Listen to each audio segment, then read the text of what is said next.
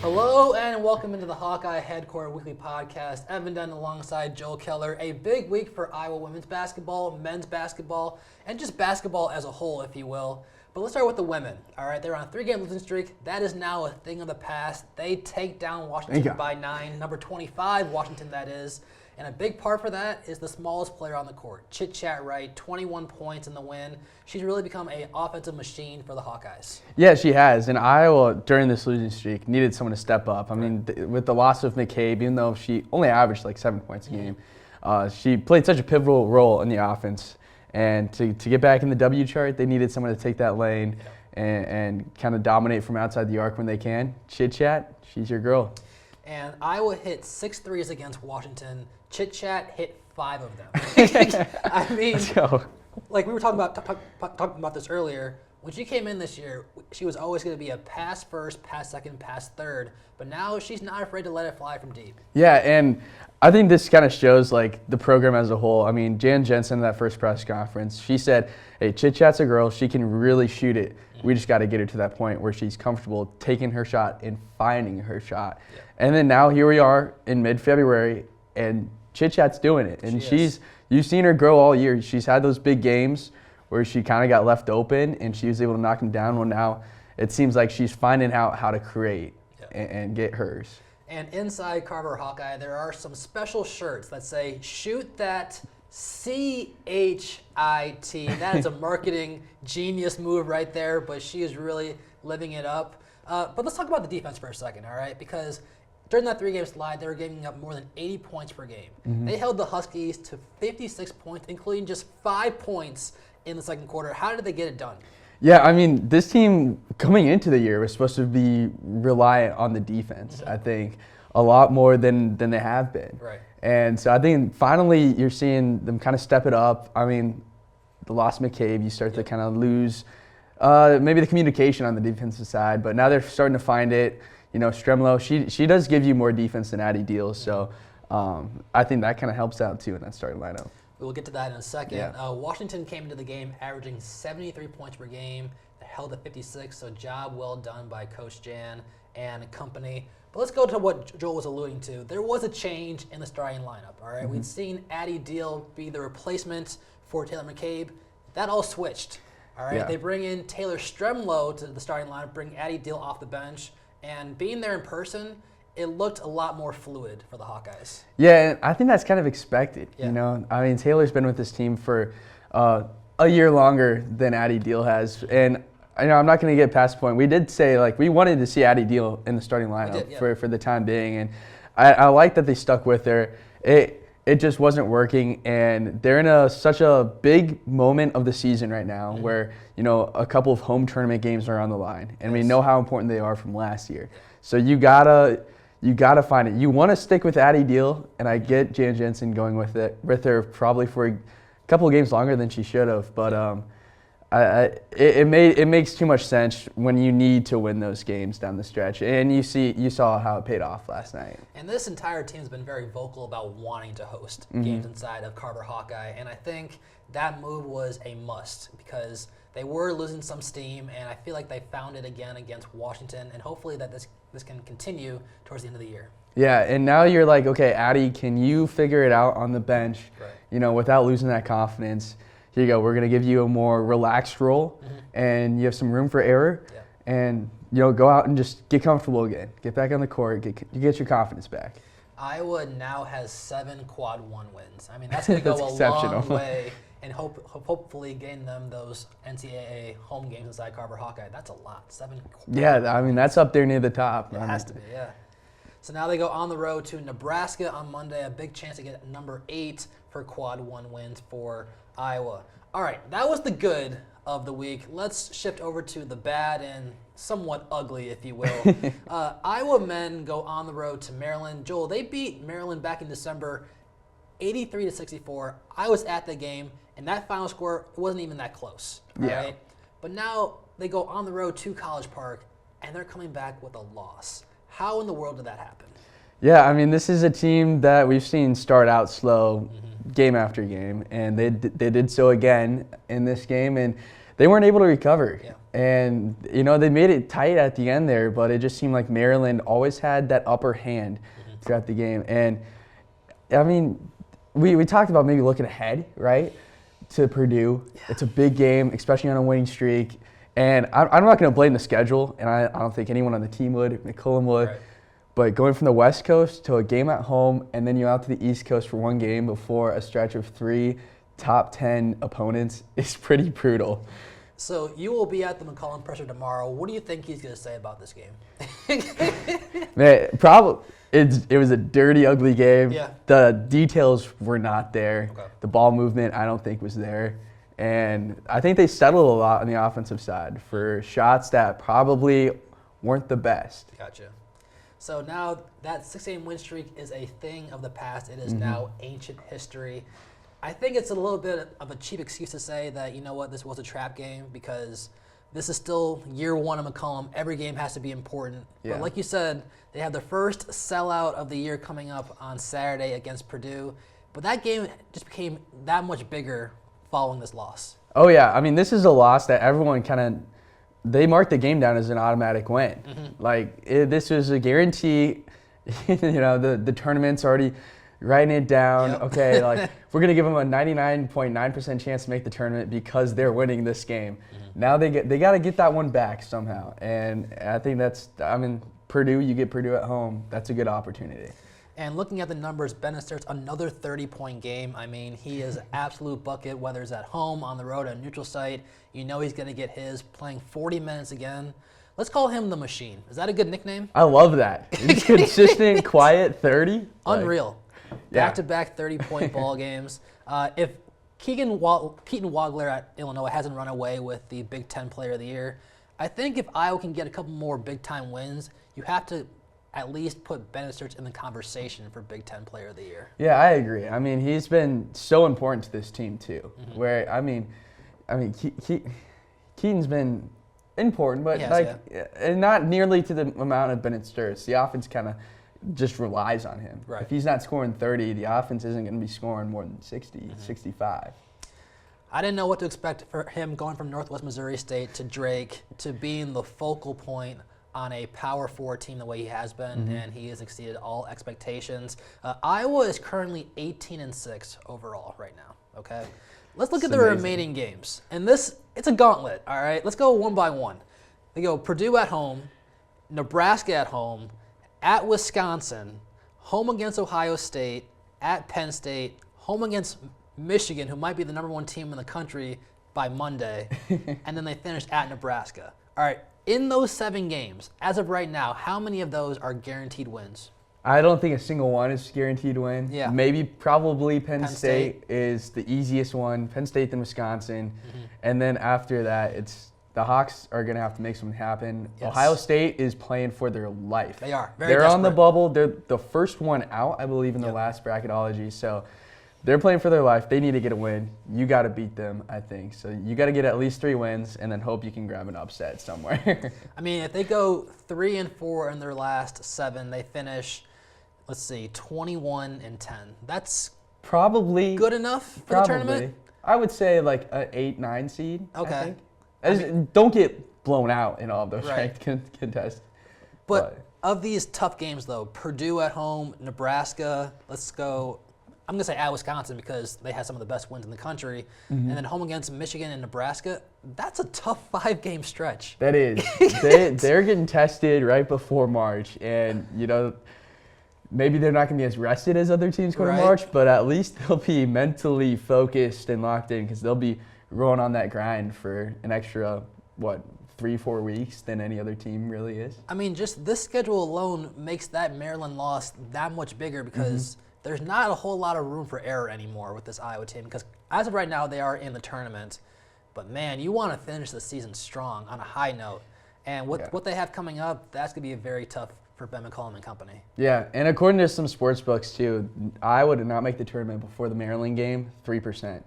Now, 27%. Wow, so, that's a massive jump. Yeah, take it for what you want. But that loss could be a season shifter for real. Oh, boy. I did not realize it went from 3% to 27%. Yeah. Wow. Okay. I still think they're in. I still think they'll make it. Okay. So, yes, Purdue at home on Saturday is going to be a sellout. I will be there filming the game. It's going to be an absolute madhouse. Let's see what Carver Hawkeye fan base can bring for this Iowa team, because they need some help. On Valentine's Day, too. On Valentine's Day. Something sweet, yes. Yeah. All right, let's expand out to college basketball as a whole, because we are just over a month away from March Madness finally being here. It's the best time of year, in my opinion, at least for the opening weekend. Looking at the other Big Ten teams, all right, what team that could be a surprise could make a run to the Sweet 16, in your opinion? So I want to expand this out to Elite Eight, yeah. but I think Nebraska is actually legit. Okay. And I think we may have talked a couple of weeks ago, maybe at the start of the Big Ten season. Is Nebraska really all that? You know, they're going up through the rankings, but they've proved it. Right. They have proved it. They have won basically every game that they were supposed to, and now they're in February. And I thought once they would hit Big Ten play, they would start to slip up a bit. They wouldn't play as good. The offense wouldn't come out just nailing threes all around the game, all game long. But here they are, and I think, I hate to admit it, because they have Price Sanford, Hoiberg, and they are Nebraska, but they are a legit team. They are, I think, almost a contender for the championship. Do you think Price Sanford could be a dark horse Big Ten Player of the Year? I think so, yeah. I think if he can really put it on for the last couple of games, I mean, he's had a good resume so far. He's had those explosive games where he scored upper 20s and knocked down like 6 threes and stuff. So I think he's right there. You got to give it to Fred Hoiberg. He runs very pretty offenses. Yeah. All right. And when referees allow them freedom of movement on offense in the half court, it's some of the best basketball you will see across the entire country. And his team is executing at a very high level. I like your pick there. I'm actually going to go with another red and white team. All right. I'm going with the Badgers, Wisconsin. The most confusing team on the planet. The most confusing team on the planet, but I think they have the 2 best road wins of any team in the country. I mean, the only team to beat Michigan in Chrysler Center in Ann Arbor, Michigan. To this day, I don't know how that happened, but shout out to Wisconsin for that. And then they go on the road and beat Illinois. All right. Brad Underwood is a very good coach, and to walk into his building and beat them the way they did in overtime, shout out to Wisconsin. They went into the portal. Nick Boyd, who used to play at Florida Atlantic for, Dusty May, who is now at Michigan. He's an absolute bucket, top 5 scorer in the Big Ten. This is not your slow ball, Bo Ryan, Wisconsin team. All right, they average over 80 points per game. They'll get up and down with you. They'll shoot threes. And they can make some noise if they get the right matchups in the NCAA tournament. Yeah, I agree. And everyone kind of goes in looking at, what did a team do at home? What did they do away? What did they do at those neutral court sides? Well, neutral, I don't think really matters. Yeah. That's back in November. But, I mean, to do that away at an away court at 2 just amazing atmospheres, it's impressive. And it's going to be easier when they get into March and it's at a neutral court. Maybe they can bring some fans along and, like you said, make some noise. All right, so let's go outside of the Big Ten now, looking at the other Power 4 leagues. What team could be a big-time surprise come the tournament? I think BYU. I think they're being it. heavily slept on right now. Okay. Which, I mean, I'm saying that as they were pretty highly ranked there to start the year, but I think they've got a great team led by AJ Banta. I mean, he is, obviously top 5 pick in the NBA draft. I think he's probably number 2 or 3 in the league right now. And this team is just phenomenal. I mean, they're athletic. They play the game really well. They know the X's and O's really well. And, I think they've been just shoved down in the bottom because they play in such a hard conference. They do. The Big 12 is just unbelievable. It's no joke this year. Yeah. So I think I like BYU. I think once they start playing in the tournament, AJ's gonna shine, and they're gonna make it run. They're gonna make a deep run. So my answer might be considered a cheap cop-out. I am saying that the sleeper team of my choice, they are currently the defending national champions, Florida. All right, they are currently 18-6 overall. But look at these 6 losses. All right, opening night to Arizona, the number 1 team in the country. A 4-point loss to TCU, a team that has former Iowa guard Brock Harding, should have beaten Michigan at the start of the year. All right, it's a 4-point loss to TCU, a 1-point loss on the road to Duke. All right, winning inside Cameron Indoor Stadium is never easy. No. They go from that to a 4-point loss to UConn, who's won 2 of the last 3 national titles, a 2-point loss to Missouri, all right, and then a 9-point loss to Auburn. 6 losses, but none of them by more than 10 points. And this team is currently leading the SEC. They figured out their roles, and they're playing some really good basketball. Obviously, they still have a core who won it all last year. Florida's looking very dangerous.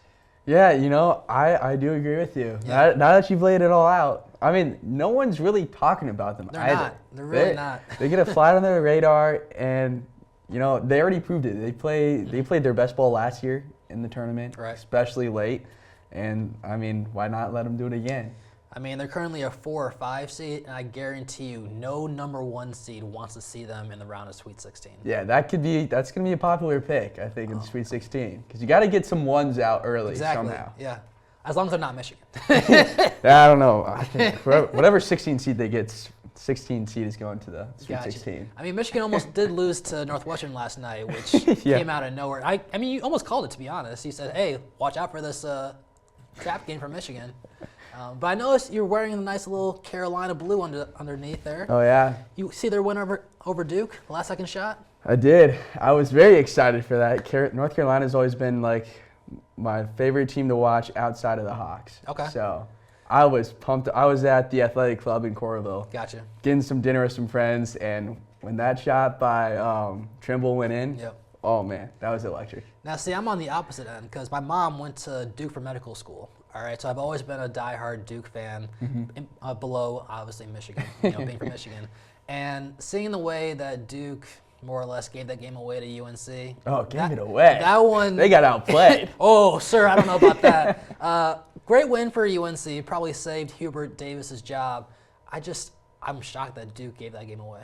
Yeah, I mean, I think North Carolina, and I said this during the game, they're like Fred McCaffrey's dream team. All offense, very little defense. Though they proved they can play defense when they need to.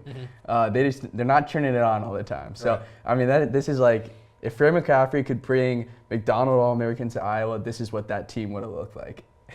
Interesting take there, but I see what you're saying. UNC led that game for all of 0.4 seconds. Yeah. That might be the craziest stat you hear all year about.